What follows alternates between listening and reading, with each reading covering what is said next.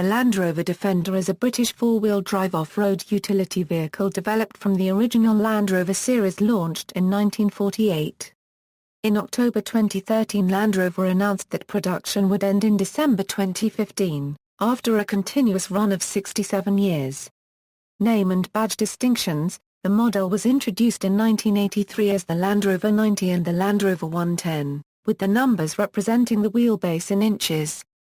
The number was spelled in full in advertising and in handbooks and manuals, and the vehicles also carried badges above the radiator grille which read Land Rover 90, or Land Rover 110, with the number rendered numerically. The 90 and 110 replaced the earlier Land Rover Series, and at the time of launch, the only other Land Rover model in production was the Range Rover. In 1989, a third model was brought out by Land Rover to be produced in parallel with the other two, the Land Rover Discovery. To avoid possible confusion, from 1991 the 90 and the 110 were renamed the Defender 90 and Defender 110. These carried front badges that say Defender, with a badge on the rear of the vehicle saying Defender 90, or Defender 110.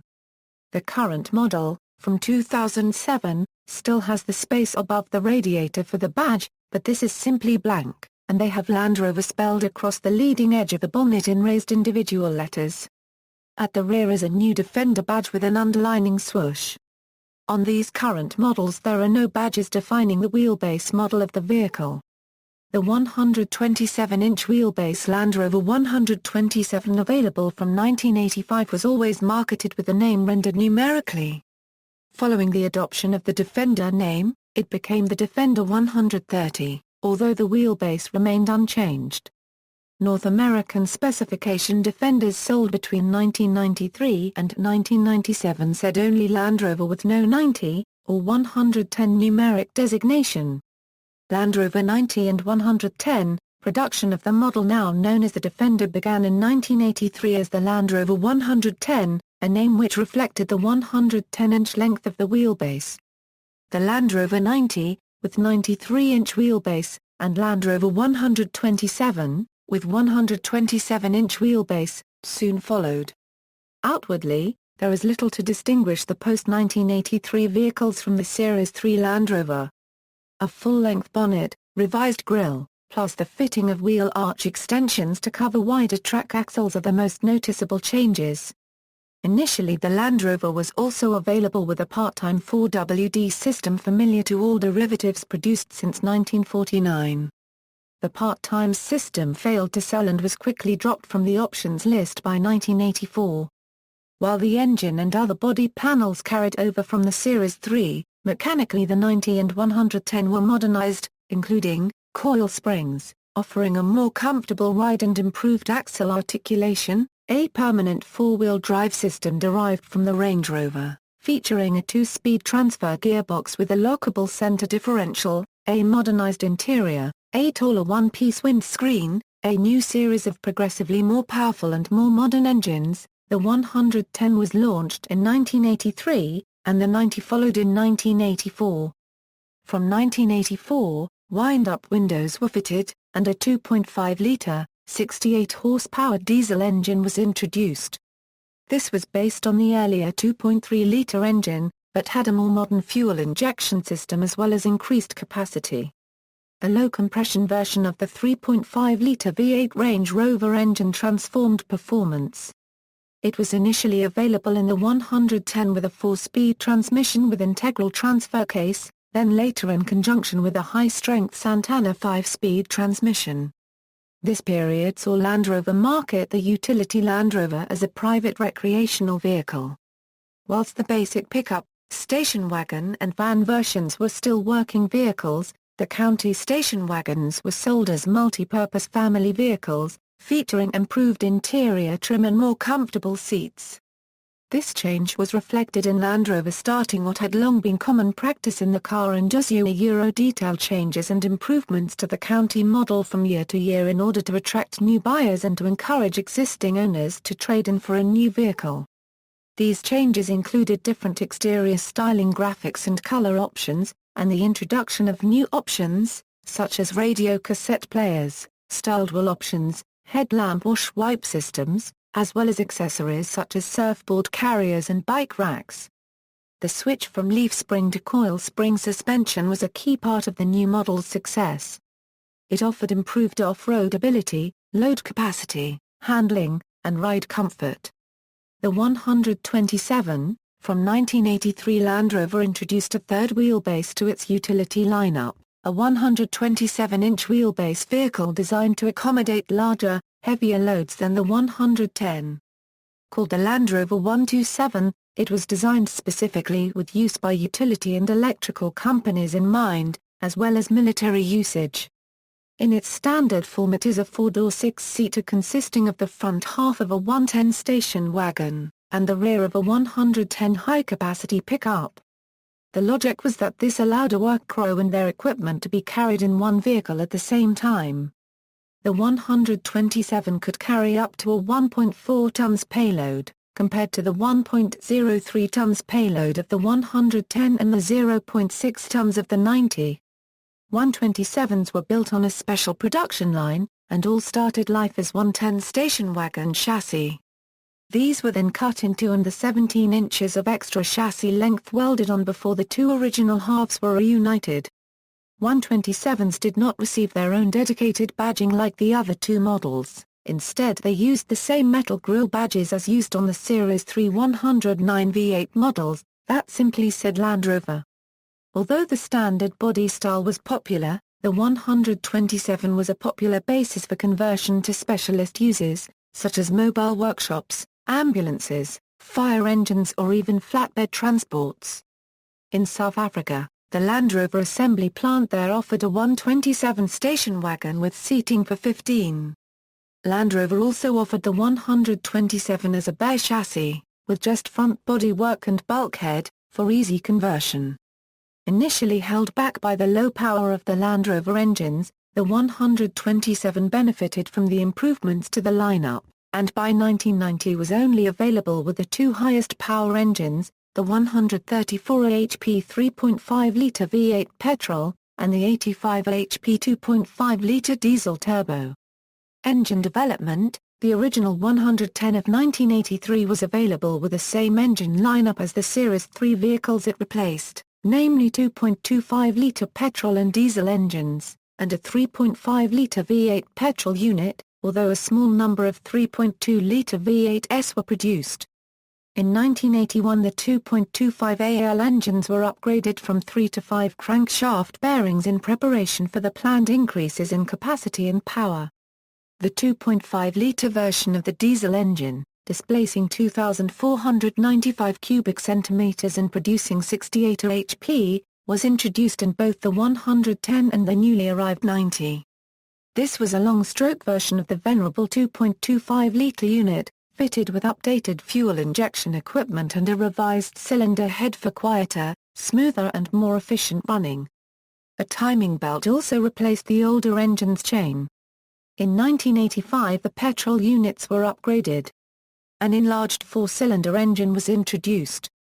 This 83 HP engine shared the same block and cooling system as the diesel unit.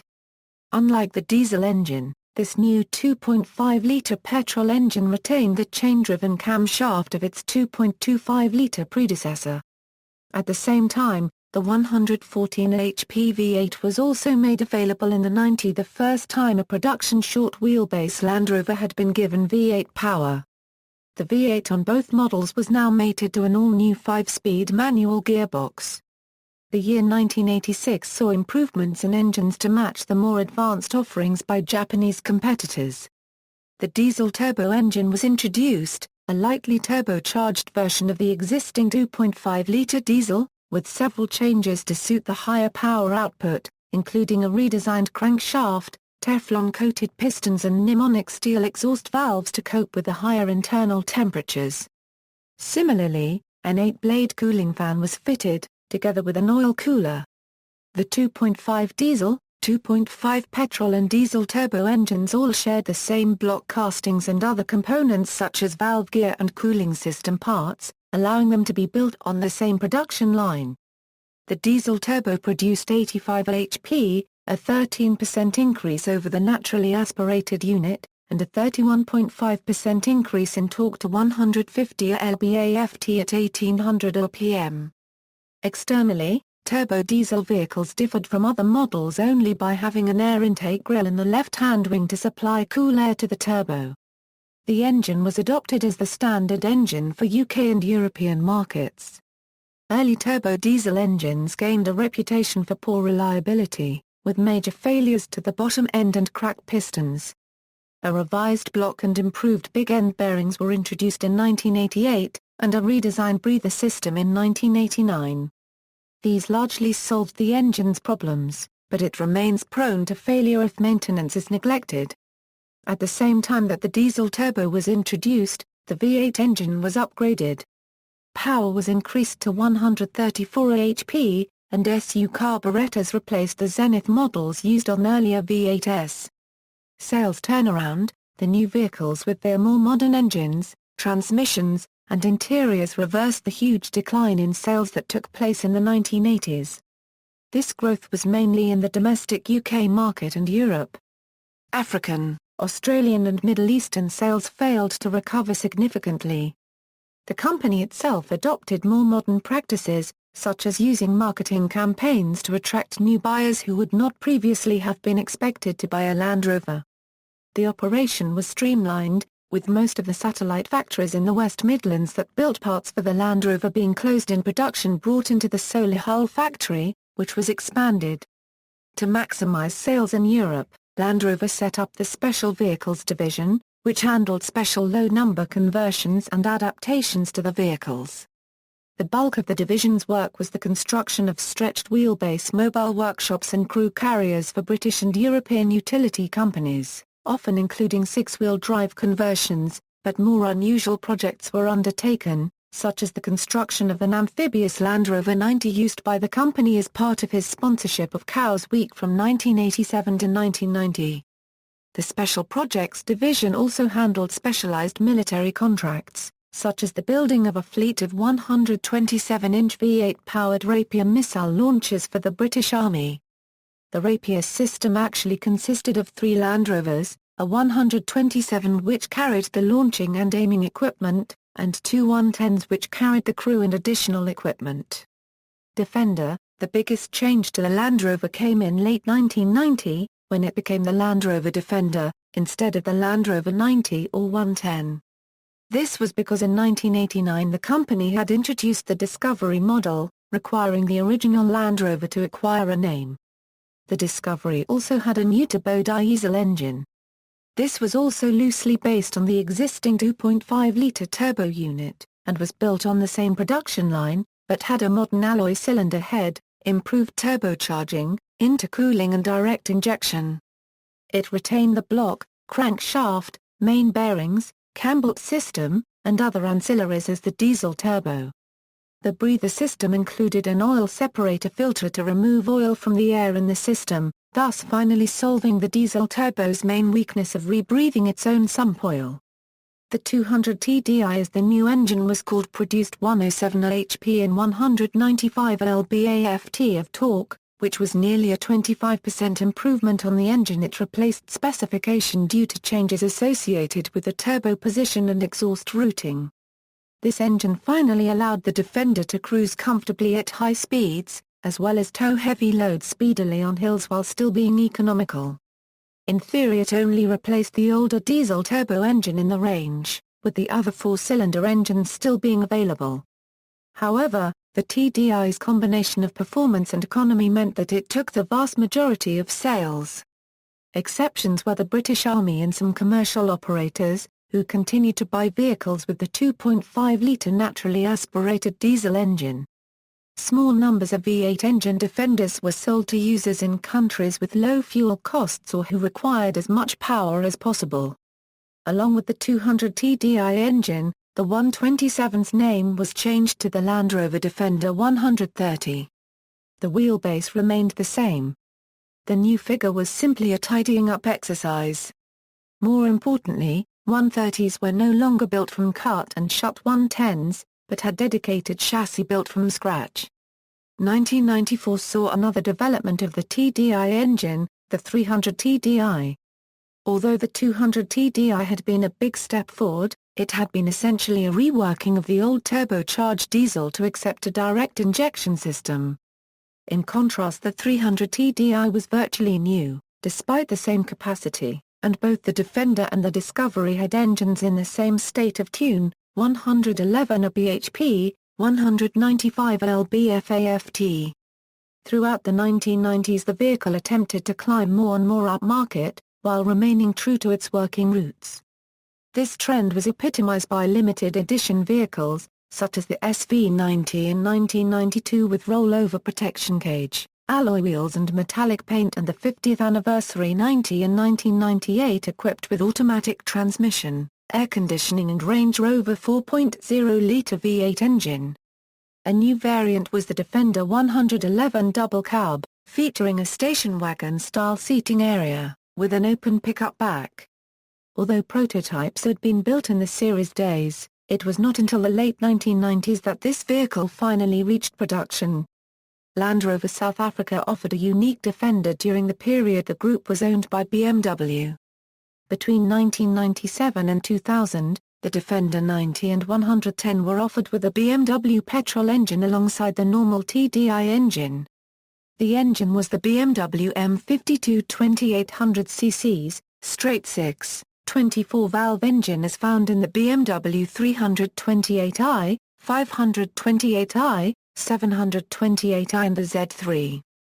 Power and torque output for this engine was 142 kW at 5500 rpms and 280 Nm at 3500 rpms.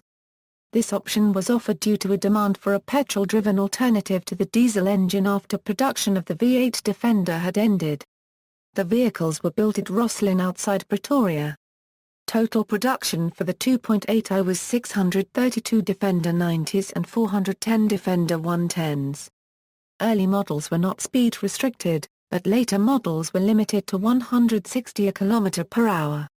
TD5 engine. In 1998 the Defender was fitted with an all-new 2.5-litre, 5-cylinder inline turbo diesel engine, badged the TD5. The TDI could not meet upcoming Euro 3 emissions regulations, so the TD5 replaced the TDI as the only available power unit. The engine used electronic control systems and produced 122 lhp at 4850 rpms, 11 lhp more than the TDI, with improved refinement. Traditionalists were critical of the electronic systems deployed throughout the vehicle, but concerns that these would fail when used in extreme conditions proved unfounded. For the 2002 model year further refinements were made to the TD5 engine to help it achieve ever more stringent emission regulations. The XS station wagon was introduced in 2002 as a top specification level, and the county package could be applied to every model in the lineup. XS models come with many luxury features, such as heated windscreen, heated seats, air conditioning, ABS and traction control and part leather seats. At the same time other detail improvements were made, including a dash center console, improved instrument illumination and the availability of front electric windows for the first time on a Defender. The design faults of the two-piece rear station wagon door were finally eradicated with a one-piece door featuring a rubber weather sealing strip for the rear window. 2007 model. From spring 2007 a series of changes were made to the Defender, most of which were implemented to meet emissions and safety legislation. The biggest change was to the drivetrain. The TD5 engine was replaced by an engine from Ford's Duratorq line, built in their factory in Dagenham, making the TD5 the last Land Rover engine to be built in-house at Solihull. The engine chosen was from the ZSD family, being a version of the 2.4-litre four-cylinder unit also used in the highly successful Ford Transit. The engine's lubrication and sealing system has been adapted for use in wet, dusty conditions and to maintain lubrication at extreme angles in off-road use. The power level remains the same at 122 HP, but with a lower power peak speed for towing and better acceleration. Torque output rose from 221 lb-FT to 265 lb-FT due to the fitting of a variable geometry turbocharger. This produces a wider spread of torque than the TD5, from 1500 rpm to 2000 rpm. The engine is mated to a new 6-speed gearbox. First gear is lower than the previous gearbox for better low-speed control, whilst the higher 6th gear is intended to reduce noise and fuel consumption at high speeds. The other major changes were to the interior. The dashboard layout of the original 110 from 1983 was replaced with a full-width fascia and different instrumentation. Instruments came from the Discovery 3, and some of the center panels come from the Ford Transit. Some steering column switchgear was carried over from the previous interior. A new heater ventilation system improved misting and heater performance. Other interior changes were to the seating layout. Legislation from the European Union outlaws the inward-facing seats used in the rear of previous Land Rover station wagons. The 2007 Defender replaced the 4 inward-facing seats with 2 forward-facing seats. This makes the Defender 90 station wagon a 4-seater vehicle, and the Defender 110 station wagon a 7-seater. This brought the Defender in line with its competitors, which have generally used this layout for many years. A new body style was introduced on the 110 station wagon chassis, the Utility. This was a 5-door station wagon body but with the rearmost seats removed and the rear side panels left without windows, producing a 5-seater vehicle with a secure, weatherproof load space. The only external changes were detail changes. The bonnet was reshaped with a bulge to allow the new engine to fit in the engine bay whilst meeting pedestrian safety rules. The new dashboard and ventilation system necessitated the removal of the distinctive air vent flaps underneath the windscreen, which had been a feature of previous Land Rover utility models since the 1950s. Whilst the flaps have been deleted, the bulkhead pressing remains the same, so the outlines of where the flaps would be are still present. At the other extreme, basic models are available for commercial users, such as emergency services. The models are sold in over 140 countries. A range of special conversions are available that include hydraulic platforms, fire engines, mobile workshops, ambulances, and breakdown recovery trucks. The 130 remains available with a 5-seater HCPU body style as standard. 2012 updates. In August 2011, Land Rover announced an update of the Defender for the 2012 model year. By this time Land Rover had publicly acknowledged that it was working on a project to produce an all-new replacement for the Defender. This would lead to the unveiling of the first DC-100 concept vehicle in September that year. While emissions and safety regulations have threatened the Defender since the early 2000s, these had either been avoided through grandfather rights, or Land Rover had found ways to modify the vehicle to economically meet the new requirements. However, safety regulations due for introduction in 2015 requiring minimum pedestrian safety standards and the fitment of airbags to commercial vehicles cannot be met without a wholesale redesign of the Defender. The main change for the 2012 models was the installation of a different engine from the Ford Duratorque engine range. The 2.4-litre engine introduced in 2007 was not capable of meeting the upcoming Euro V emissions standards and so was replaced with the ZSD 422 engine, essentially a 2.2-litre variant of the same engine. Although smaller than the existing unit, the power and torque outputs remained unchanged and the same 6-speed gearbox was used as well. The engine included a diesel particulate filter for the first time on a Defender. The only other change was the reintroduction of the soft-top body style to the general market.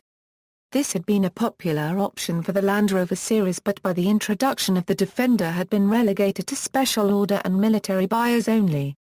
Land Rover stated that the option was being brought back due to customer feedback. 2015 end of production. In October 2013 Land Rover announced that production would end on December 20, 2015. After a continuous run of 67 years, due to legislative reasons. Export and foreign-built versions. Land Rover 110 in Australia, continuing on from production of the Australian SII Stage 1 Isuzu 4BD1 diesel variant. Jaguar Rover Australia developed an Isuzu 4BD1 diesel-powered 110 for sale as an Australia-only consumer product. In the 1980s, using the Australia-only civilian 4BD1 powered 110 as a basis, JRA developed a military version of the 4BD1-110 model for competitive trials against vehicles supplied by Chrysler Jeep, Mercedes and Toyota conducted by the Australian Army Testing Establishment. Land Rover was the successful candidate and the Australian Army ordered several thousand 110 Land Rovers in various configurations made to this specification, called the Land Rover Parenti, some of which were 6x6 drive. Six-wheel drive Parentis were fitted with a turbocharged 3.9L Isuzu diesel engine, while the 4x4 versions were powered by the naturally aspirated variant.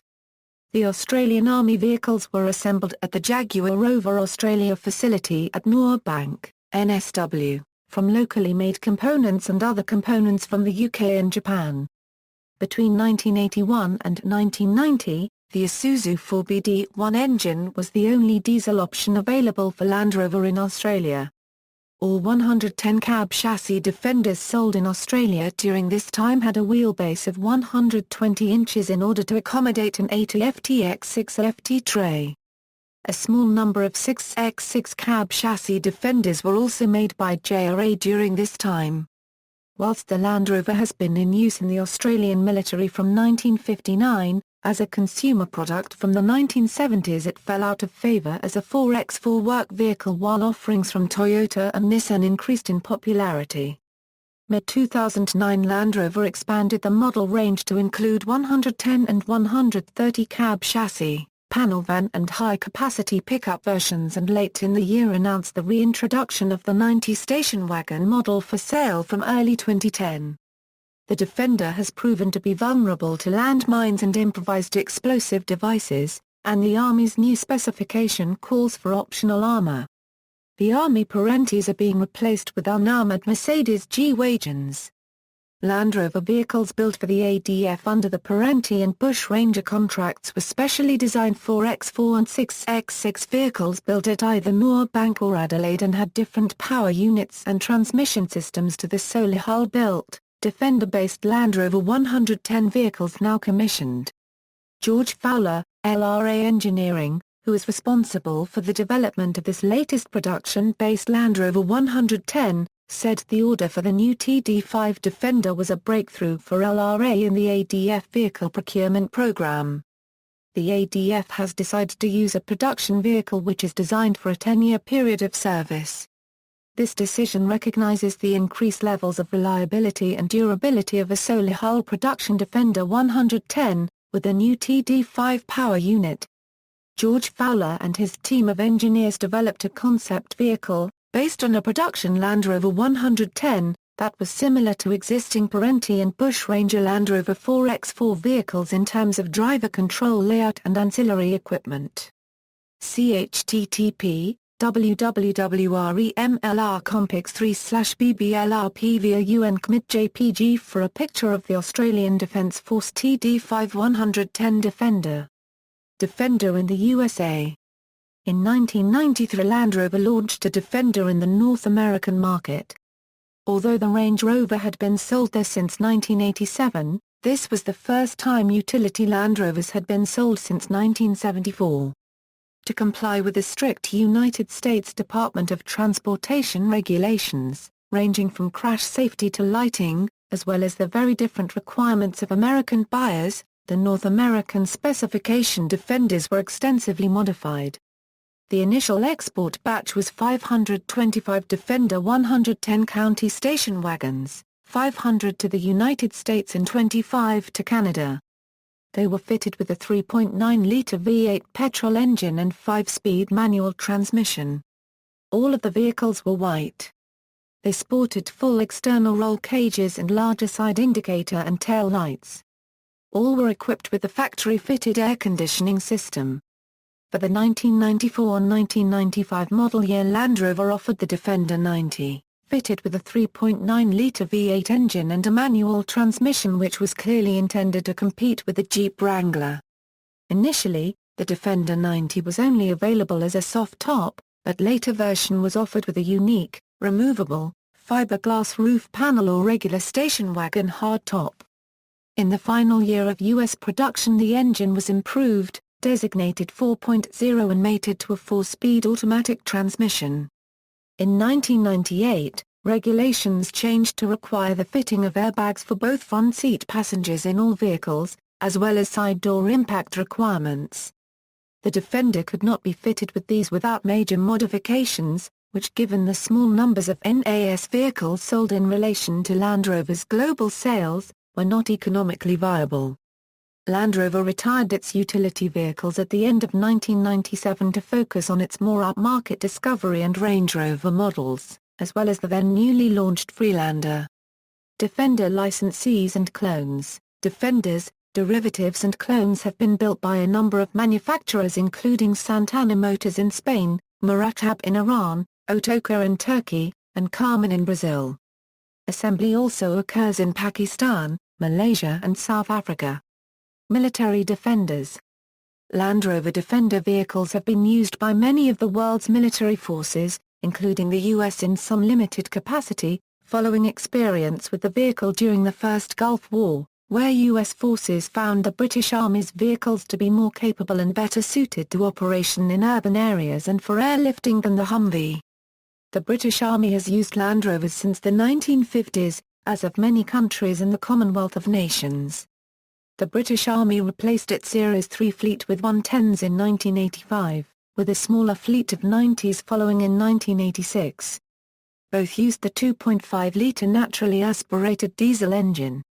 These older vehicles are reaching the end of their service lives, with many being sold onto the civilian market from the late 1990s. In 1994 Land Rover created the Defender XD to replace and complement these vehicles.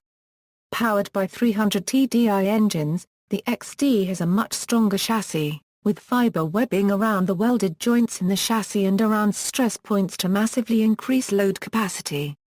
The XD was available both in Defender 90 and 110 forms and known to the British Army as Land Rover Wolves. Usually 110-inch soft or hard tops, they are used for patrol, communications and supply duties. 90 XDs are less common, but are generally ordered as soft-top or hard-top vehicles for light liaison and communications. Short wheelbase vehicles lack the load capacity needed by modern armies, and the increased power of heavy-lift helicopters has made the larger 110s easily air-transportable, a historic advantage of the smaller, lighter 90. Land Rover offered its core military Defenders with the 300 TDI engine rather than the more powerful but more complicated TD5 engine offered in civilian vehicles. The 300 TDI Defender went into service in the Green Fleet from 1998. Before the 300 TDI engine was introduced, military Land Rovers were offered with 2.5-litre petrol and diesel engines, as well as the 3.5-litre V8 petrol. Trials with the TD5 engine proved it to be reliable in battlefield conditions. However, initially it was decided that servicing and repairing its electronic control systems should they fail was too complicated and reliant on having diagnostic computers available. Land Rover were also unable to guarantee they could make the TD5 resistant to the electromagnetic pulse generated by a nuclear weapon. However, following successful trials by the Australian Defence Force of the TD5 Land Rover, the British MOD purchased a small fleet of TD5 Land Rover Defender 110s for its Green Fleet between 2000 and 2002. These were specially converted for the MOD by Land Rover Specialist Vehicles. They were plated with UK military registration plates and painted IRR green. Most of these vehicles were deployed in the Falklands as troop carriers and communications vehicles for use by the Royal Marines and UK Special Forces. A small number of TD5 Defender 110 were also ordered for the Royal Navy. These were painted navy blue and deployed to the Falklands. Of these Royal Navy vehicles, a few were later repainted IRR green and reassigned to Royal Marines and SBS use. The more powerful TD5 engine, which was capable of being remapped up to around 200 bhp, was ideally suited to the rugged terrain of the Falklands and for towing trailers. The majority of these Falkland vehicles were sold off to Military Motors Limited by the MOD in 2013. The troop carriers had 8 passenger seats in the rear and 2 rear side windows each side for extra visibility. Visually, These UK military troop carrier TD5 Defenders looked similar to the ones used by the Australian Defence Force, except that the UK ones were just plain IRR green. The British Police have used Land Rovers in their service for many years. They are supplied with the entire range from Land Rover itself. In 2004, a fleet of 12 long-wheelbase 110 TD5 Land Rovers were produced for the central German government, varying between 110 vans, 110 high-capacity pickups and 110 station wagons. The German government did not renew the supply contract after 2006, instead turning to Mercedes for their logistics fleet. Vehicles produced for the German government order were produced in metallic grey with white roofs. The electrical installation on these vehicles was a special order and kept luxury fittings and fixtures to a bare minimum. 4 FFR-equipped vehicles were produced to facilitate the VHF radios in service at that time with the German government and police authorities. Following the changeover to the Mercedes contract, the German central government sold their TD5 fleet. With 300 TDI production stopping in 2006, Land Rover set up production of a military version of the 4-cylinder Ford Duratorque engine that is also used as a replacement for the TD5 in civilian vehicles. The British Army's Land Rovers have been the subject of criticism following recent operations in Iraq and Afghanistan. The majority of British service Land Rovers carry no armour plating, and the composite armoured Snatch Land Rover is not immune to the larger roadside bomb and rocket attacks. Some have called for British troops to be equipped with Humvees, or other such vehicles. However, similar criticisms have been levelled at the American vehicle. Other proposals include the South African-made RG-31 or similar larger and more heavily armoured trucks or armoured vehicles that provide greater protection. There have been many rumours about a replacement vehicle type. This is most likely the larger, higher-capacity 4x4 or 6x6 Pinsgore Ford Control vehicle similar to the now disused Land Rover 101 Ford Control, given that the current Land Rover design is also reaching its weight limits due to the increasing amounts of communications and weapons gear used by modern patrol forces. Special editions. In recent years, Land Rover has occasionally produced special editions of the Defender. These have usually been little more than a vehicle being fitted with certain option packs and equipment, although more bespoke editions have been produced. Mostly they have been aimed at the more lucrative lifestyle market than the Defender's usual commercial and off-road markets. In 1992, the first special edition Land Rover Defender was produced. Called the 90 SV, they were painted turquoise and were fitted with a black canvas soft top with standard door tops. Alloy wheels were also fitted, together with rear disc brakes. Despite the vehicle's sporty looks, it used the standard 200 TDI turbo diesel engine. Only 90 were made for the UK market. For Land Rover's 50th anniversary in 1998, 2 special editions were built. The first was the Defender 50th, which was essentially a NAS Defender 90 station wagon. It was powered by a 190 HP 4.0-litre V8 petrol engine and was the first Land Rover outside North America to be fitted with an automatic transmission. Air conditioning made them very comfortable vehicles too. For the UK and Europe they were painted Atlantis blue, a dark green blue flip-flop colour, and had a safety devices rollover protection cage for the front seat occupants.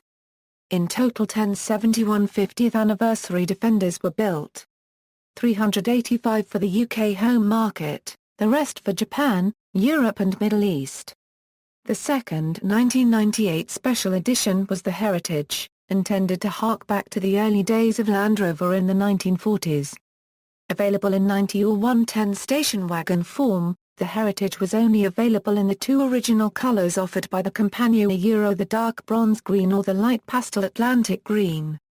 A metal mesh effect front grille, body-coloured alloy wheels and wing mirrors and silver-painted door and windscreen hinges were all employed to make the Heritage look similar to the original Series I of 1948. Inside special instruments were used, with black on beige displays. The powertrain was the standard TD5 diesel engine and 4-wheel drive transmission. Possibly the best-known special edition was the Tomb Raider of 2000, built to commemorate Land Rover's role in the first film of that franchise. The Tomb Raider was designed to look like an off-road expedition vehicle. Painted dark metallic grey with special badging and details, the Tomb Raiders came equipped with a roof rack, additional spotlights, winch, bull bar and snorkel. They were available either as a 90 station wagon or a 110 double cab, with standard TD5 engines. The Defender actually used in the film was actually a highly modified 110 high-capacity pickup with a specially fitted and tuned V8 petrol engine and a non-standard interior. Following the first Land Rover G4 Challenge in 2003, G4 Edition Defenders became available. As well as the distinctive Tangiers orange color of the competition vehicles, yellow and black versions were also produced. Defender 90 and 110 station wagon versions were available, with front A-bar, roll cage, side steps and front spotlights as standard, as well as G4 badging. Since then, Land Rover have produced less extravagant special editions. The Defender Black was a 90 or 110 county station wagon with metallic black paint, roll cage and dark tinted rear windows. The Defender Silver was a 110 county station wagon with silver metallic paint, front A-bar and spotlights, metal wing protector plates and winch. The 1999 X-Tech was aimed at the commercial market, being a metallic silver 90 hardtop fitted with county-style seats, alloy wheels and alpine window lights. The second model year edition in 2003 was better equipped with wing protector plates and air conditioning. There have also been various special editions of the Defender created by the company's overseas operations for sale in their specific markets, such as the Sahara Edition and 55th Anniversary Defender 90s sold in France, the former being a basic spec station wagon painted in a sand-like tan color and supplied with special decals, and the latter being a station wagon fitted with numerous luxury options and special badges in the mold of the factory-built 50th editions. Sometimes individual Land Rover dealers have created limited editions of vehicles to suit their markets. A dealer in Scotland created the Braemar edition of 25 vehicles to appeal to local agricultural and forestry buyers, being a 90 hardtop supplied ready fitted with a winch, off-road tyres, spot lamps and work lamps, underbody protection and checker plate. 2008 saw Land Rover 60th anniversary, for which a new series of special edition Defenders were produced. Branded the SVX, 3 models were built. All were painted black with satin effect body graphics on the vehicle's sides and bonnet, carrying the 60th logo used throughout 2008 at various special events and on anniversary merchandise. Bespoke 5-spoke alloy wheels were used and a new silver-colored front grille design was used. This also incorporated a new design of headlamp, with the side light lamp being integral with the main headlamp unit, allowing the space previously used for the separate side light to be used to fit a pair of high-intensity driving lamps. Inside, the SVX models gained Recaro bucket seats in the front row, alloy gear lever knobs and a Garmin GPS navigation system. The drivetrain was the standard 2.4-liter diesel and 6-speed manual permanent 4-wheel drive transmission. The SVX edition was available as a 110 station wagon, a 90 station wagon and a brand new design of 90 soft-top, the first time a soft-top model had been available through showrooms in the UK since 1992. SVX soft-tops had only the 2 front seats, the rear load bay being used to accommodate the spare wheel and a lockable storage box. A new design of hood was used, sloping down towards the rear over a jointed folding frame, unlike the standard square-framed hood used on other soft-top Land Rovers. Replacement: replacing the Defender with a new model has been in the planning stages for many years. The current Defender has been in production since 1991. It has not met U.S. safety requirements since 1998, and since then Land Rover has been offering U.S. buyers the more luxurious LR2 and LR4 instead. Total replacement will be needed by 2015. When new European regulations regarding crash safety for pedestrians will render the current design obsolete. Concept vehicles DC100 and DC100 Sport were revealed at the 2011 Frankfurt Motor Show. DC100 is a conventional 3-door off-roader with a 2.0-liter turbocharged diesel engine, and DC100 Sport is a 2-passenger pickup with 2.0-liter petrol engine. Unlike current Defender with 93-inch, 110-inch and 130-inch wheelbases, DC100 was presented in 100-inch wheelbase. The new vehicle, which according to Land Rover design director Jerry McGovern will bear little resemblance to the DC100, will according to some sources be in production by 2015 and will replace the then 25-year-old model, which is the longest-running production of any Land Rover vehicle. Land Rover is planning 60,000 to 80,000 units annually, which would beat the 1970 record of between 55,000 and 60,000. Notes. External links, official website, Land Rover van codes on Wikibooks, Land Rover at DMOZ, Land Rover clubs at DMOZ.